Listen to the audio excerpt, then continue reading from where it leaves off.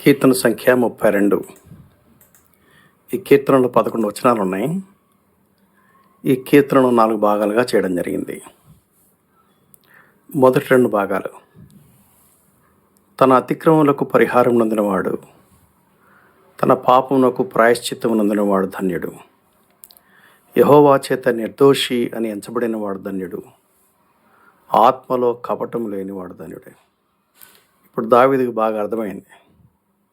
ఎవడు ధన్యుడో దావీదు వ్యక్తిగతంగా తను తెలుసుకొని మనకు తెలియజేస్తున్నాడు. ఈ సందర్భం ఏంటి? బహుశా అందరికీ తెలిసిందే. బెత్షెబా విషయంలో దావీదు పాపం చేశాడు. ఇంచుమించు 2 సంవత్సరాలు దేవునికి దూరంగా ఉన్నాడు. దేవుడు చూసి నాతాను పంపించాడు. నాతాను గద్దించాడు. అప్పుడు పశ్చాత్తాపడ్డాడు. కనీసం 2 కీర్తనలు రాశాడు. 51, కీర్తన సంఖ్య 32. తన అతిక్రమంలోకి పరిహారం నొందినవాడు, తన పాపమునకు ప్రాయశ్చిత్తం నొందినవాడు ధన్యుడు. యెహోవా చేత నిర్దోషి అని ఎంచబడినవాడు ధన్యుడు. ఆత్మలో కపటం లేనివాడు ధన్యుడు. యేసుక్రీస్తు రక్తములో తమ పాపంలో శుద్ధి చేసుకున్నవాడైన వాని స్థితి ధన్యమైంది. డబ్బులున్నోళ్ళో, లేక సుఖ సంపదలు గలవాళ్ళో, లేక పేరు ప్రఖ్యాతులు గలవాళ్ళో, పరపతి గలవాళ్ళో, లేక ఆరోగ్యం ఉన్నోళ్ళో, లేక కుటుంబము బలగమున్నోళ్ళో ధన్యులని బైబిల్ వాక్యం చెప్పట్ల. లోకం అలా చెప్తుంది.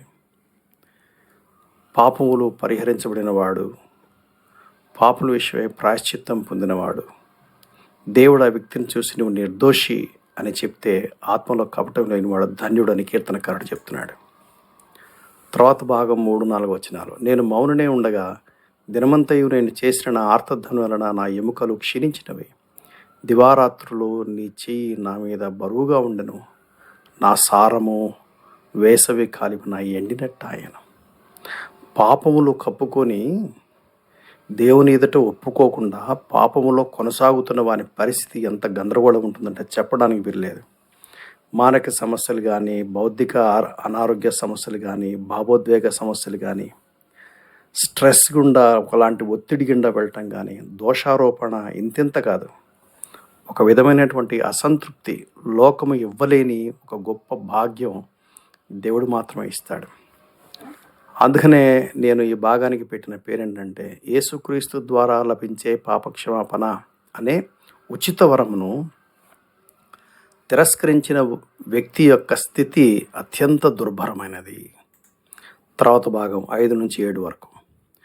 నా దోషమును కప్పుకొనక నీ ఎదుట నా పాపం ఒప్పుకుంటుని, యెహోవా సన్నిధిని నా అతిక్రమములు ఒప్పుకుందును అనుకుంటుని. నా పాప దోషమును పరిహరించి ఉన్నావు కావున నీ దర్శన కాలమందు భక్తిగల వారందరూ నిన్ను ప్రార్థన చేయుదురు. విస్తార జల ప్రవాహములు పొర్లి వచ్చినను నిశ్చయముగా వారి మీదకి రాదు. నా దాగుచోటు నీవే.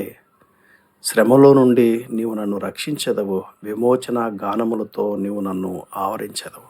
కీర్తనకారుడికి అర్థమైపోయింది. సమయము మించిపోకముందే తమ పాపములు ఒప్పుకొని పశ్చాత్తాపడి యేసుక్రీస్తు నామంలో శుద్ధి వేయబడిన వారి స్థితి ఇలా ఉంటుంది. దోషములు క్షమించబడాలి, పాపము క్షమించబడాలి, అతిక్రమములు క్షమించబడాలి. 3 పాపమును 3 కోణాల్లో దేవుని వాక్యం చూస్తుంది.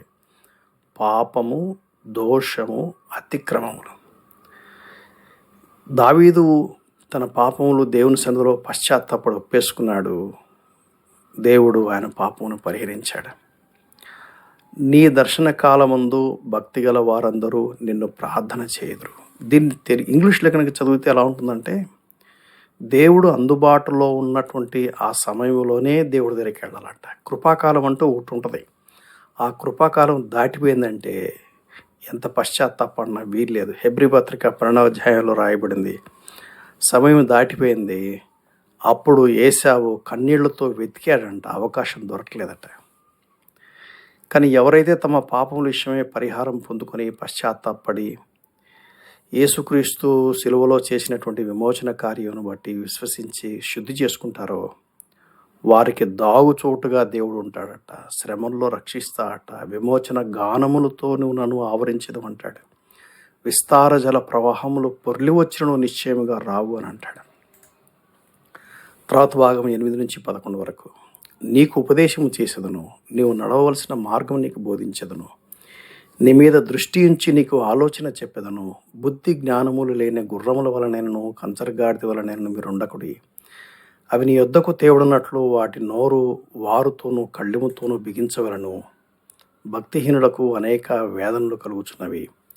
యెహోవా యందు నమ్మిక ఉంచు వారిని కృప ఆవరించుచున్నది. నీతిమంతులారా, యెహోవాను బట్టి సంతోషించుడి, ఉల్లసించుడి. యథార్థ హృదయులారా, మీరందరూ ఆనందగానం చేయుడి.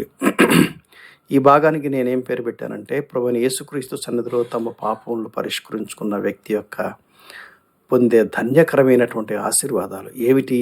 పాపక్షమాపణ పొంది దేవునితో సంబంధాలు రెస్టోర్ అయినటువంటి వారి యొక్క భాగ్యం ఏంటంటే, దేవుడు ఉపదేశం చేస్తాడట. అంటే దేవుడు టీచ్ చేస్తాడు, దేవుడు నడవలసిన మార్గాన్ని బోధిస్తాడు. నీ మీద దృష్టి ఉంచి నీకు ఆలోచన చెప్తానన్నాడు అని చెప్పి ఈ మాటలు ఎందుకన్నాడు? బుద్ధి జ్ఞానం లేని గుర్రముల వలె నేను కంచరగాడిద వలనని మీరు ఉండకూడి. అవి నీ వద్దకు తేవడనట్లు వారి నోరు వారుతోనూ కళ్ళెముతోనూ బిగింపవలను. గుర్రములు తొందరగా లోబడవు, కంచరగాడిదలు తొందరగా చెప్పిన మాట వినవు. అందుకని ఏం చేస్తారంటే, తమ నోట్లో ఆ చివర ఉన్నటువంటి పై దంతము చివరి దంతము రెండు వైపులా పీకేస్తారు, ఒక ఐరన్ రాడ్ పెడతారు, అదే కళ్ళెంలాగా వాడతారు. కొంచెం అలా తిప్పంగానే మొత్తం బాడీ అంతా బెండ్ అయిపోద్ది.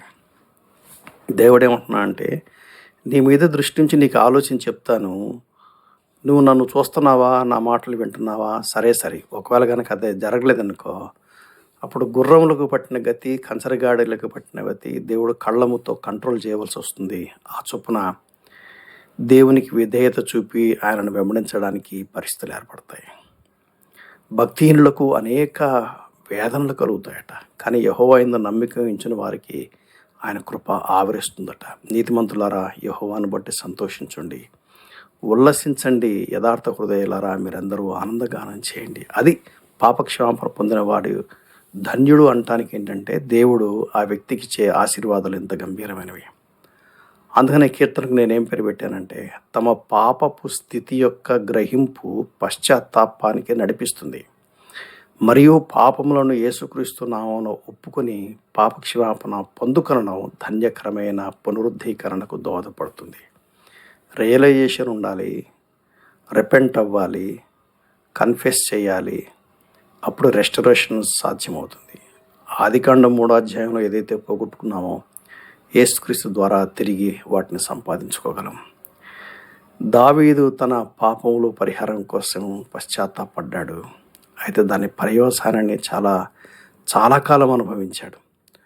కనుక పాపక్షమాపణ ఎంత విలువైందో, ఎంత ఖచ్చితమైందో దాని గురించిన వివరణ దావీదు జీవితాన్ని చూసి మనం నేర్చుకోవాలి.